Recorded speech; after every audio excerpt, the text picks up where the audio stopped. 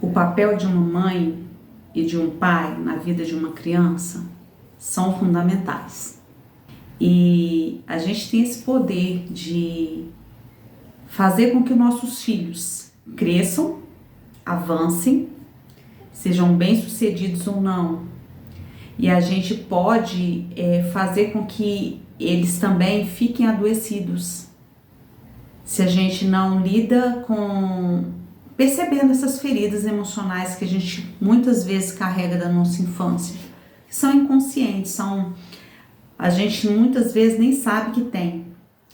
Mas quando a gente vai passar por um processo terapêutico, você vai se perceber muitas vezes repetindo as mesmas coisas. E quando a psicóloga, ela vai com o psicólogo, ele vai conduzindo o processo, você vai começar a lembrar daquilo que te aconteceu. E vai alinhando as coisas de acordo com as perguntas que vão sendo feitas, com as pontuações. Você vai percebendo quanto você repete da sua infância, daquilo que te feriu lá atrás. E aí, quando os nossos filhos chegam, sem a gente perceber, sem a gente querer, porque o que a gente quer muitas vezes é o bem dos nossos filhos. Eu sei que existem exceções, mas essas exceções também têm a ver com a infância desses pais. Então, é de grande importância que eu olhe para esse lugar que às vezes eu não quero olhar. Esse lugar que às vezes me traz dor, me traz decepção. Porque quando eu me vejo realmente e percebo que eu não sou essa mãe maravilhosa, que eu não faço as coisas do jeito que eu estou imaginando fazer, muitas vezes eu fico frustrada e triste e me sinto culpada. Mas eu quero te dizer que a gente tem poder de mudar tudo isso, que a gente tem poder de quebrar esse ciclo também. Quando eu olho para mim e uso essa força que eu criei para ferir as pessoas, para me defender, para sair desse lugar, para continuar, porque muitas vezes demanda um esforço enorme para a gente continuar, diante de tantas frustrações, diante de tanto desamparo, diante de tantas dificuldades, porque imagina, você está carregando isso, transmitindo para os seus filhos e você não fica bem, é só uma fachada, né? Porque quando você cai em si, percebe que está tudo ruim, porque a sua família não fica bem diante das suas feridas. Mas eu quero te dizer que tem um jeito. O primeiro passo é olhar para dentro. Não tem como você sair de tudo isso se você não parar para olhar e se avaliar, porque são repetições. Nós repetimos as nossas falas, nossos comportamentos, é algo que é diário. Então eu não quero parar, porque se eu parar eu vou olhar para aquilo que me dói, mas olhar para esse lugar é necessário. E aí quando eu olho para esse lugar eu começo a perceber que as minhas feridas afetam meus filhos. Porque como eu me senti muitas vezes humilhada, eu humilho. Eu faço com que meus filhos sintam pequenos, porque eu me sinto pequena. Eu faço com que meus filhos tenham baixa autoestima, porque eu tenho baixa autoestima. E às vezes tem o outro lado também. Aquela pessoa sofreu com uma situação e o pai dela fala que ela tem que ser forte. Ela tem que ser forte. Ela não pode chorar. E aí, às vezes a pessoa chega na vida adulta com pai, mãe, aquela pessoa soberba, que nada afeta ela. Então ela impõe isso sobre os filhos, que também é algo que é muito pesado. Esse filho é muito machucado também por causa disso. Ele não pode sentir dor, ele não pode ser fraco, ele não pode chorar, ele não pode pensar na emoção dele. Imagina como que é isso para uma pessoa. E uma hora isso aí vai gritar. É isso que chega nos consultórios. Adultos cheios de crise de ansiedade, depressão, chorando à toa, com dores, com problemas de pele, calvície, porque gera uma série de problemas para aquela vida.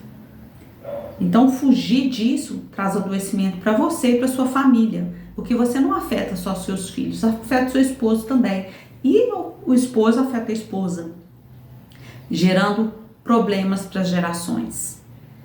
Então, o primeiro passo, como eu já disse, é olhar para dentro. O segundo é quando eu percebo algo, por que isso está repetindo tanto? fazendo, que eu estou repetindo na vida dos meus filhos, que eu estou fazendo com que eles se sintam inseguros, baixa autoestima, medo de falar.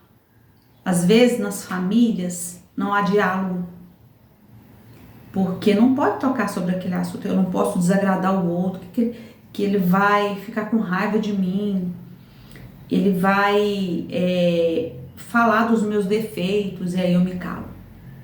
E assim ocorre na vida dos nossos filhos. Então, quando eu quebro esse ciclo, quando eu olho para dentro, eu busco ajuda e começo a trabalhar todas essas questões e dizendo que algo é muito importante: a nossa fé, a nossa espiritualidade. Porque imagina que você está mexendo em algo que é tão doloroso, que vai mexer tanto com a sua emoção. Porque imagina que você vai voltar lá naquele lugar que você não quer mexer. E muitas pessoas falam, não, tem que deixar o passado para trás. A gente tem que viver o hoje. Mas o hoje, ele está muito ligado ao que você vivenciou lá na sua infância. E isso não se apaga da nossa memória. Está aqui, no inconsciente. E você reage diante dele. Você vive o hoje, mas afetado pelo seu passado, sem perceber. As suas decisões, como você lida com o seu trabalho, as suas escolhas, tanto de marido, como um curso profissional. Vou dizer algo aqui. Eu atendo casos de filhas, de pais autoritários, de mães autoritárias, de mães com traços narcisistas. E essas filhas, elas não sabem identificar o que é delas, o que é da mãe, o que é do pai.